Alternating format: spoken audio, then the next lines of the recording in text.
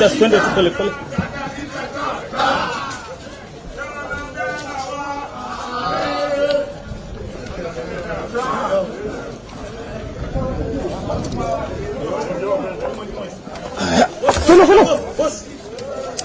Follow.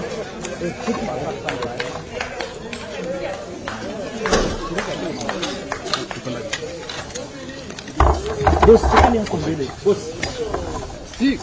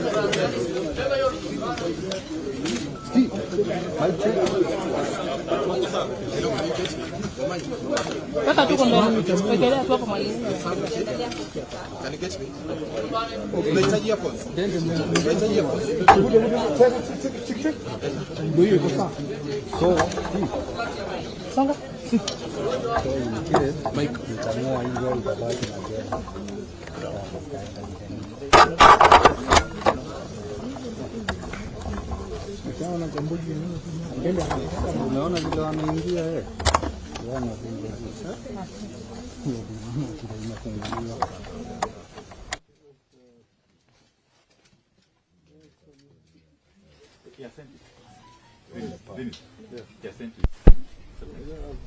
Okay. Oh. If you can open your Yes, also send you on your WhatsApp. Okay. Small. You did it on an iPad. It's something that. Okay, that's fine. That's fine. You can. You have any. Where play it? Yes, there is You were not playing. No, but if you do it on like once it opens. That's what it is. Then it's whatever my WhatsApp is. Okay, fine. yeah, it is. It's here. It's open. Hotspot. Yes.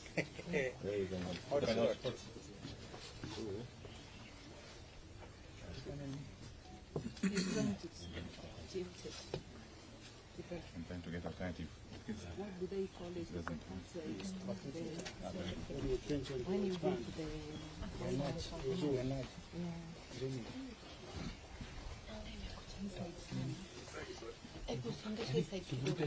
kidogo tu, just kadogo tu. Hapo.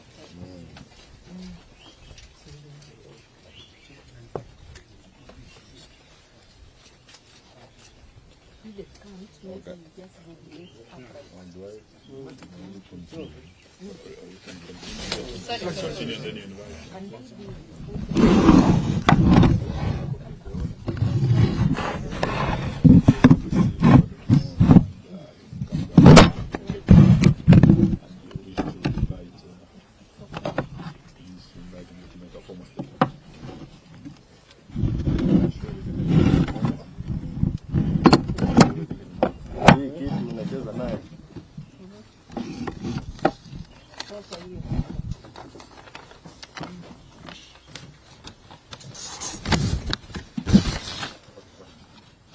Hamjambo. Hello. Hello. Jubilee. Jubilee. Jubilee. We have been on this podium before. And I have informed you once, not twice, not three times, that there has been an attempt to hijack the Jubilee Party, to demolish the Jubilee Party, to destroy the Jubilee Party. And these attempts started way back in June of last year. When the first attempt was officially made, there was even an attempt to open a Jubilee Asili. Those efforts have not ceased. When we were doing our campaigns as an Azimio outfit, when we were campaigning for our presidential candidate, Raila Amolo Odinga, there were still elements within us who tried all they could to derail us.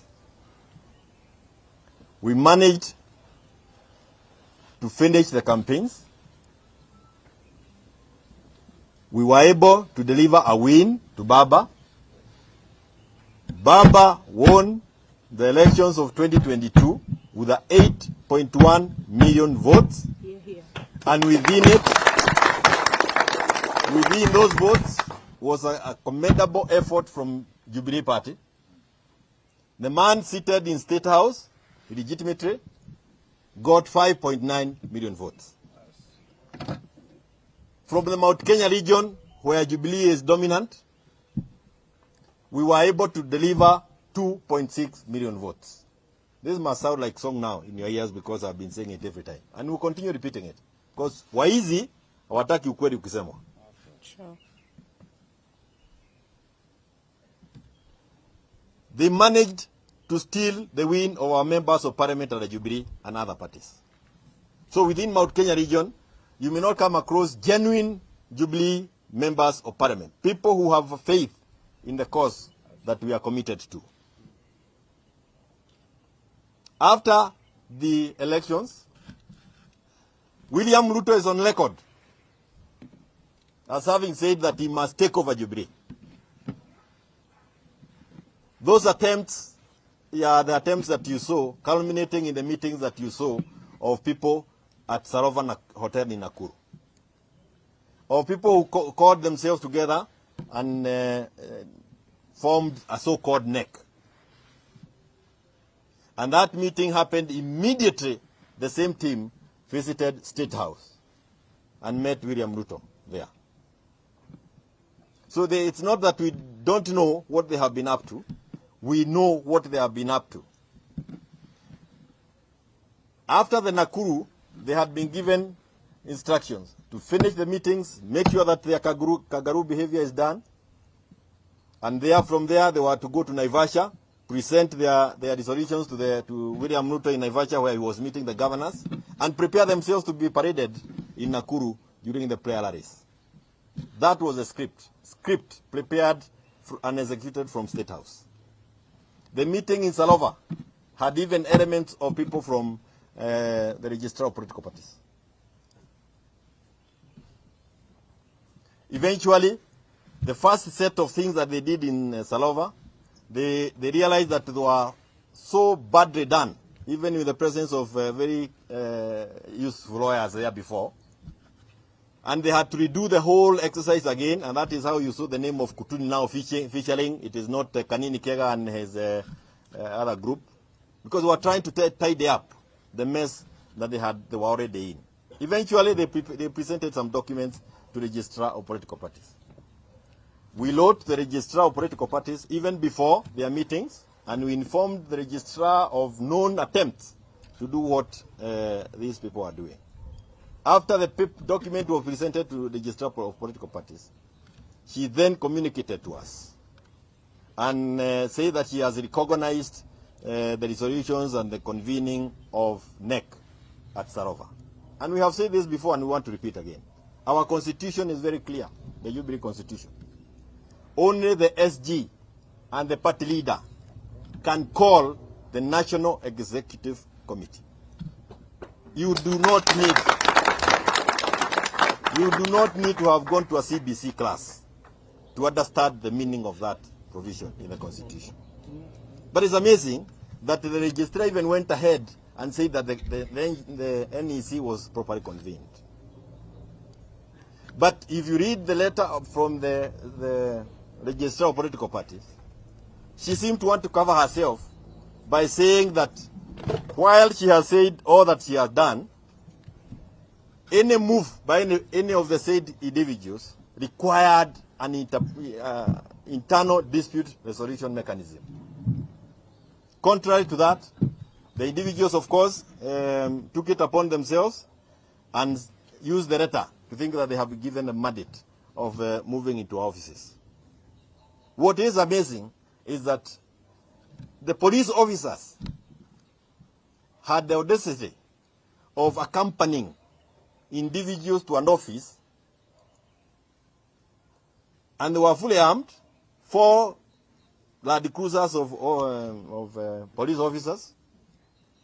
And because we belong to a side of political divide in this country that believes in the peace and the need to ensure that we do not shed any drop of blood as we pursue what we are looking for.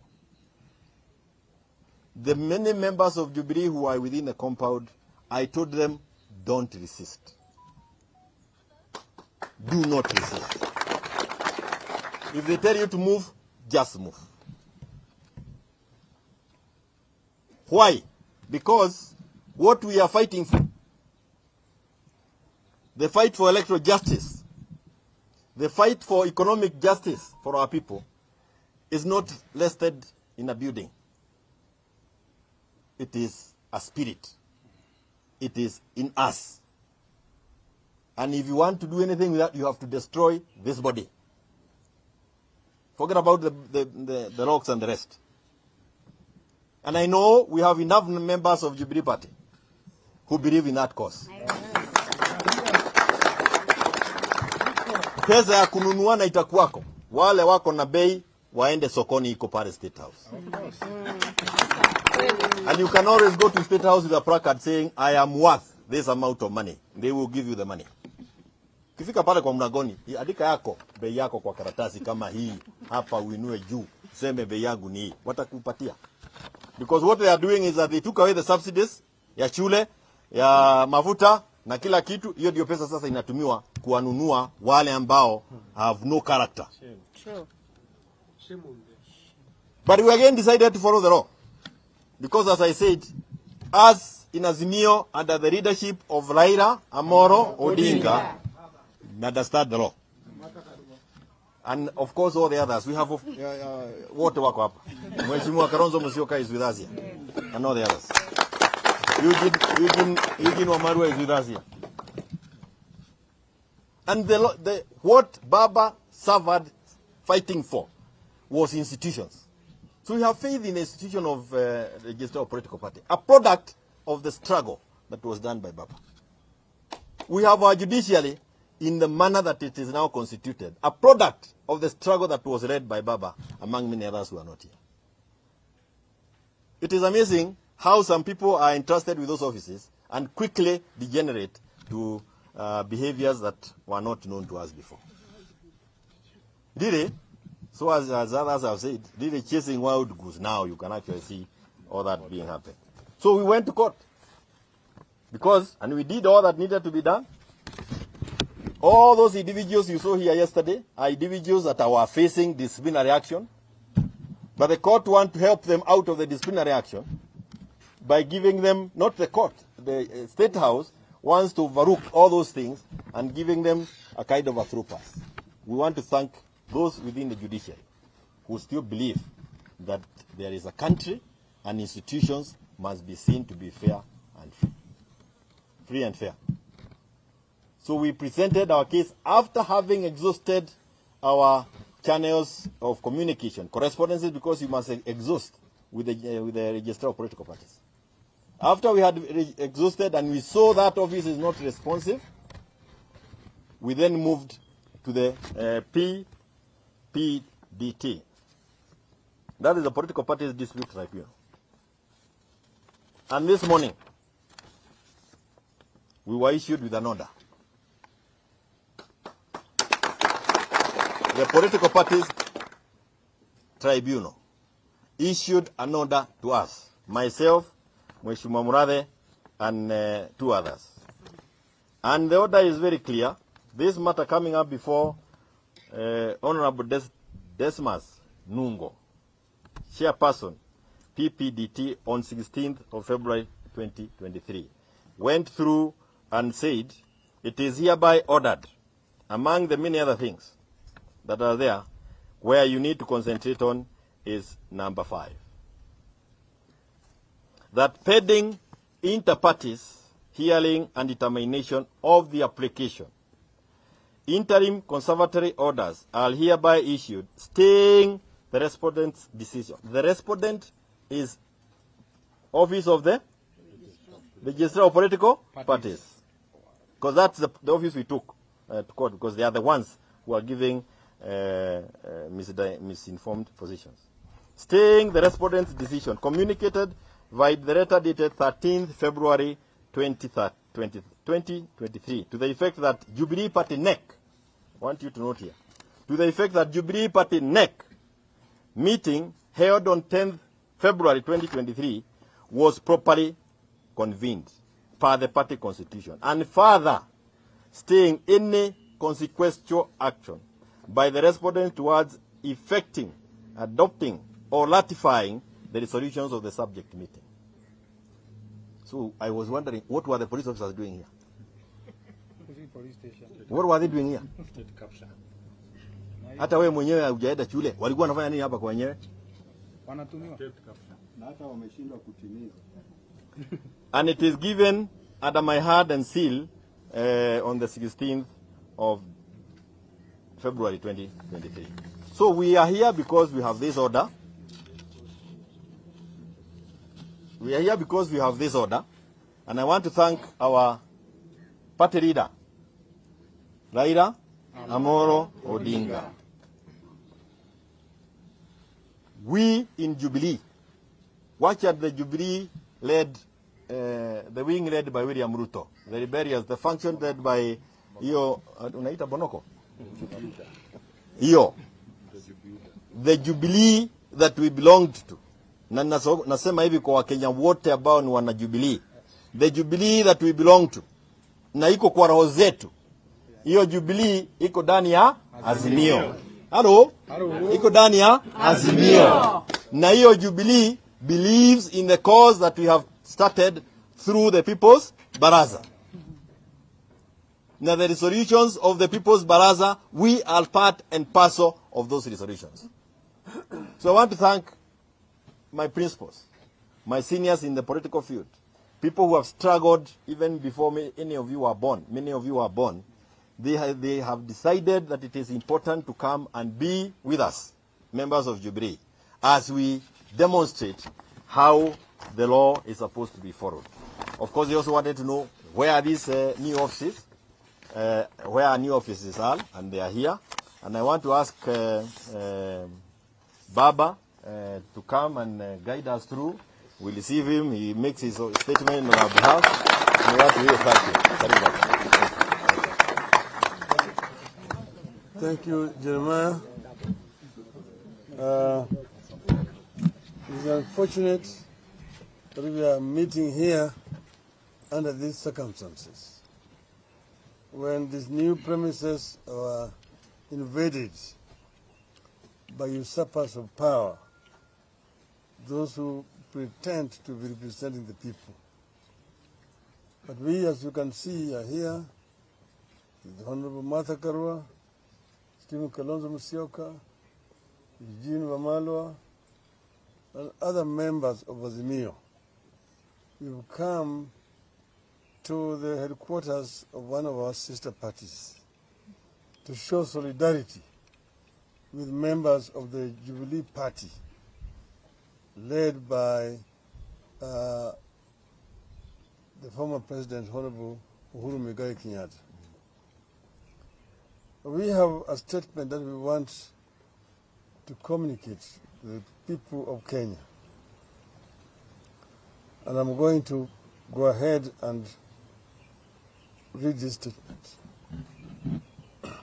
We are here to make some quick but extremely important pronouncements on the state of the country, the ongoing actions by the Kenya Kwanza administration, and our plans as Azimio One Kenya Coalition Party. First, we want to ask the people of Kenya to wake up.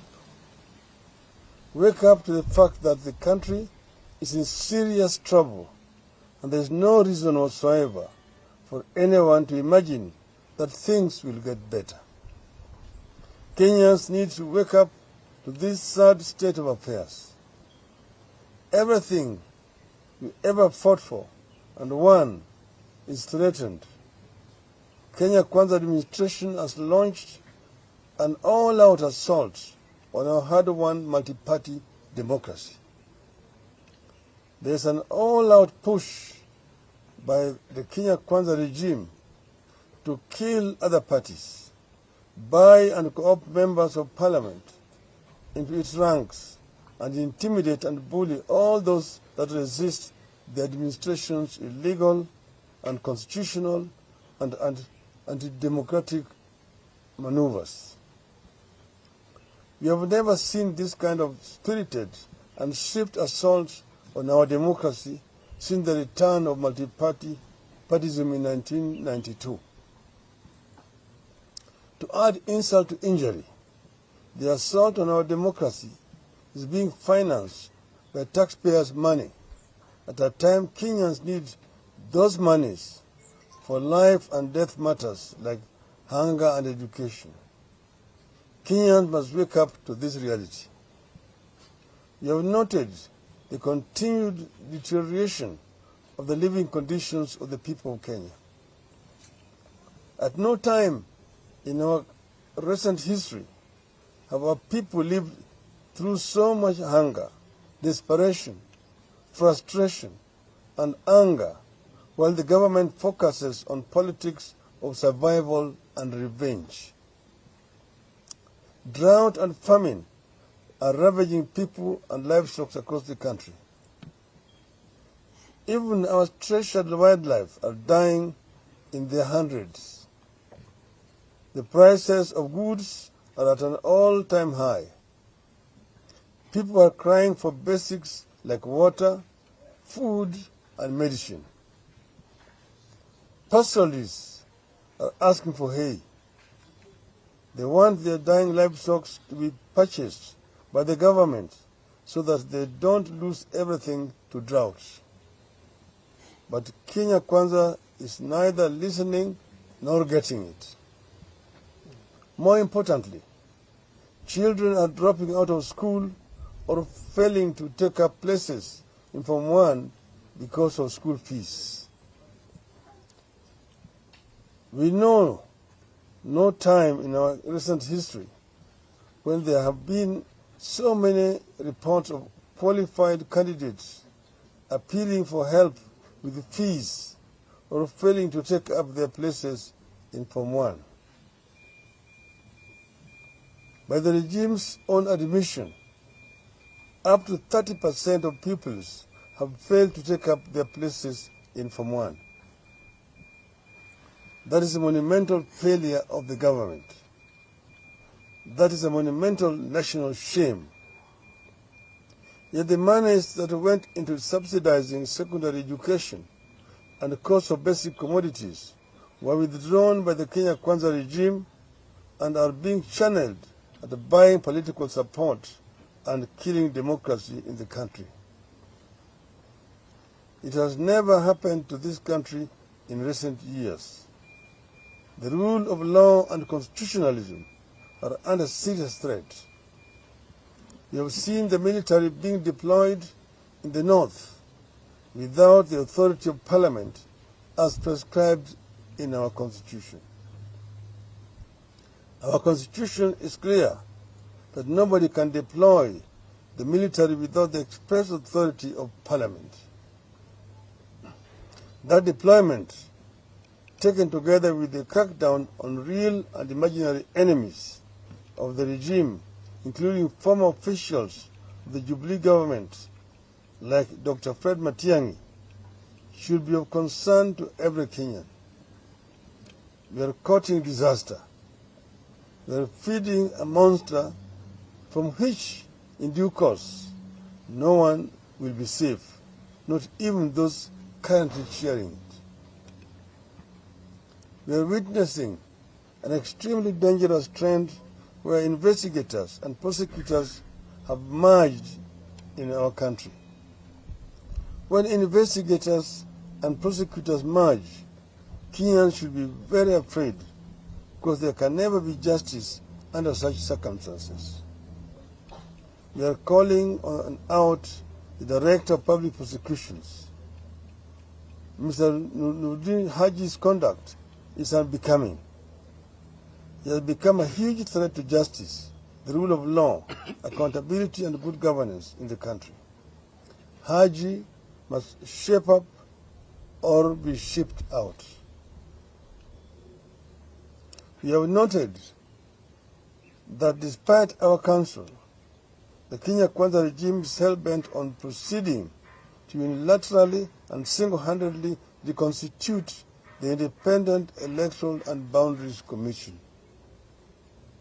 This comes against the backdrop of the earlier illegal forcing out of 4 commissioners who disagreed with Mr. Fuller Chebukati over the presidential election results. A biased and partisan IEBC is being put in place. Kenyans know what such a commission has done to this country before. Once again, we are courting disaster. Kenyans, wake up. As a party, we remain unbowed. We refuse to be intimidated. We will not succumb to blackmail. The threat to our democracy, the regime's don't care attitude to suffering of our people, the attacks on the rule of law and constitutionalism, and the push to silence critical voices at a time the country needs them, are our reason to push back. To this end, our people's barazas shall continue.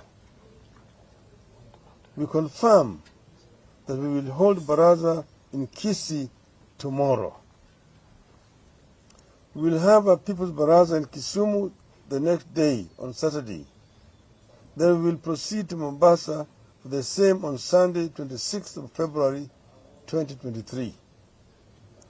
In between, we will hold interdenominational prayers at the Jivanji Gardens on Wednesday, 22nd February 2023.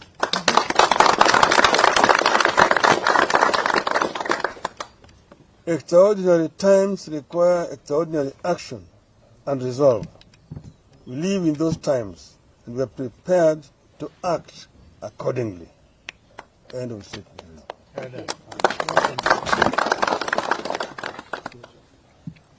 Yale tumesema kwa Kimombo imeleweka, naweza tu kuongeza kwa Kiswahili. Ati sisi kama wanaazimio tumehuzunishwa sana na hatua ambayo ilichukuliwa na wale wengine ambao walikuwa wanajifanya kama majangili kuja kuvamia kikao kikuu cha chama cha Jubilee hapa. Eti wanahidhini. Bahati vizuri ile tribunal ya vyama imesikiza pendekezo ambayo imepelekwa na viongozi wa chama cha Jubilee na wakatoa amri ya kwamba Jubilee iendelee. Na kwa hivyo tumekuja hapa tumesindikisha katibu mkuu wa chama cha Jubilee Mheshimiwa Jeremiah Kioni. Yes. Kuingia hapa. Tumeona vitisho ambayo inatoka kwa serikali ya haramu ya Bwana Ruto na vibaraka vyake. Wanajaribu kurudisha nchi hii chini ya utawala ya chama kimoja. Wanajaribu kuvunja vyama vingine vya kisiasa. Tumeona wabunge ambao walichaguliwa na wananchi ndani ya vyama ambao ziko chini ya muungano ya Azimio wakipelekwa kwa mnada kule Ikulu. Wengine wanasema ati wanaenda kule kutafuta maendeleo. Hakuna maendeleo Ikulu. Wale wanaenda kuchagulia tumbo yao. Na tunajua ya kwamba kila mmoja akienda kule napewa shilingi milioni 5. Hiyo milioni 5 akichukua atapeleki kwa watu wake. Hiyo ni yake ya kibinafsi. Tumemwambia Bwana Ruto, wewe ni mwanafunzi wa Nyayo. Na baba yako alijaribu na hakuweza. Hata wewe mwenyewe utajaribu na hutaweza.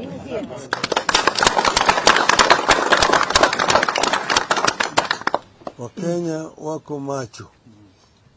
Wakenya wanajua tumetoka wapi, tuko wapi na tunaelekea wapi. Wakenya hawezi kukubali kurudishwa katika utawala ya kimabavu ya chama kimoja. Hii demokrasia Wakenya walikufia. Na Wakenya bado wako tayari kumwaga damu kulinda hii demokrasia. Tumesema wametumia jeshi kule kaskazini mwa nchi yetu bila idhini ya bunge. Na hiyo vile vile inakeuka katiba letu.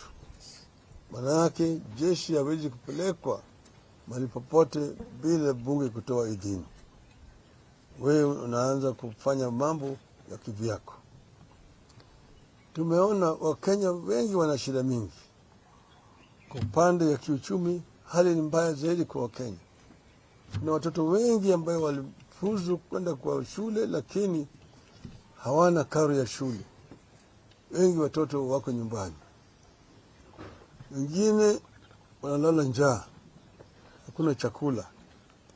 Wengine hawezi kupata matibabu. Wengine wanataka matibabu, dawa yenyewe ndio hakuna. Uliona wafugaji wako na shida mingi zaidi kwa mfugo zao. Mfugo zinakufa. Tunasema baada ya serikali kuangalia yale shida ambayo inakumba Wakenya wakati huu, wanafanya kazi ile ambayo haina maana. Kazi ambayo haina maana hata kidogo.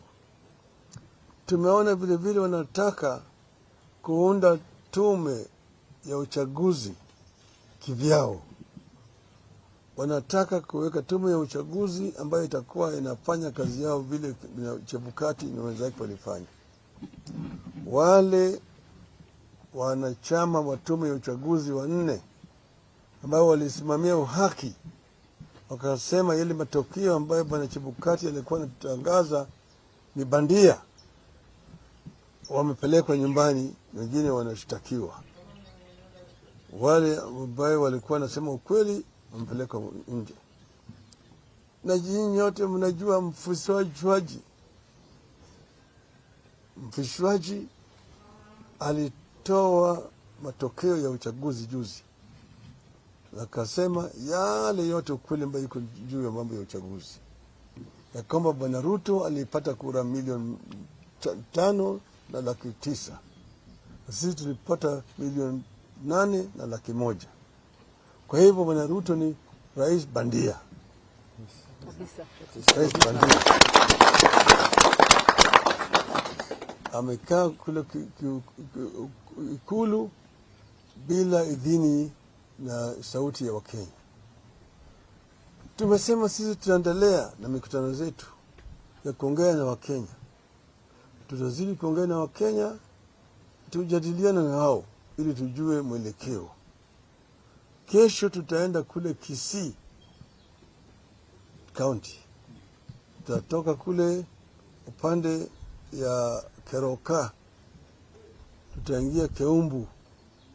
Mwisho tutaingia Kisii mjini na kuongea na Bagusi siku ya kesho.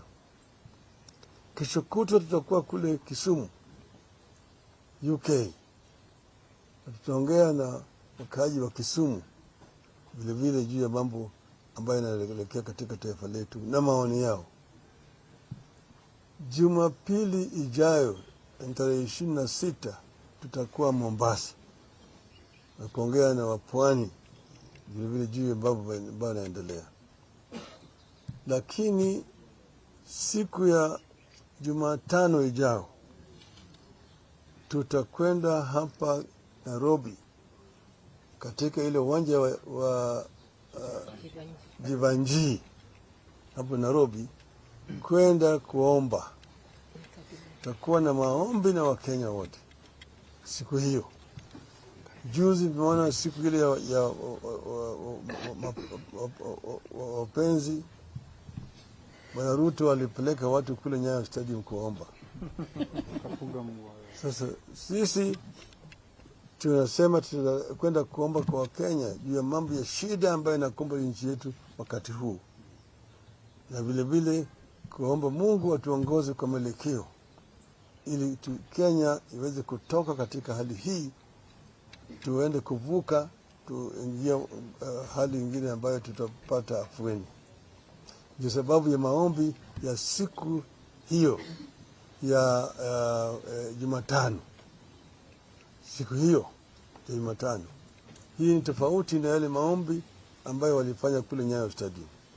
Sisi tunauliza wafuasi wetu wote wa Kenya siku hiyo wafike kule.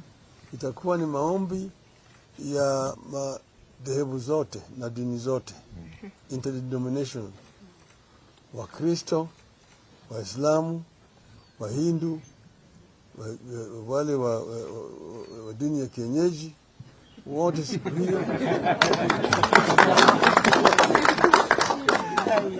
wamealikwa kufika hapo siku hiyo ili tuombe pamoja Kenya iendelee mbele. Asanteni sana. Thank you.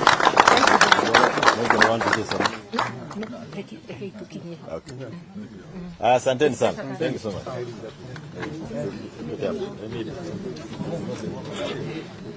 Okay.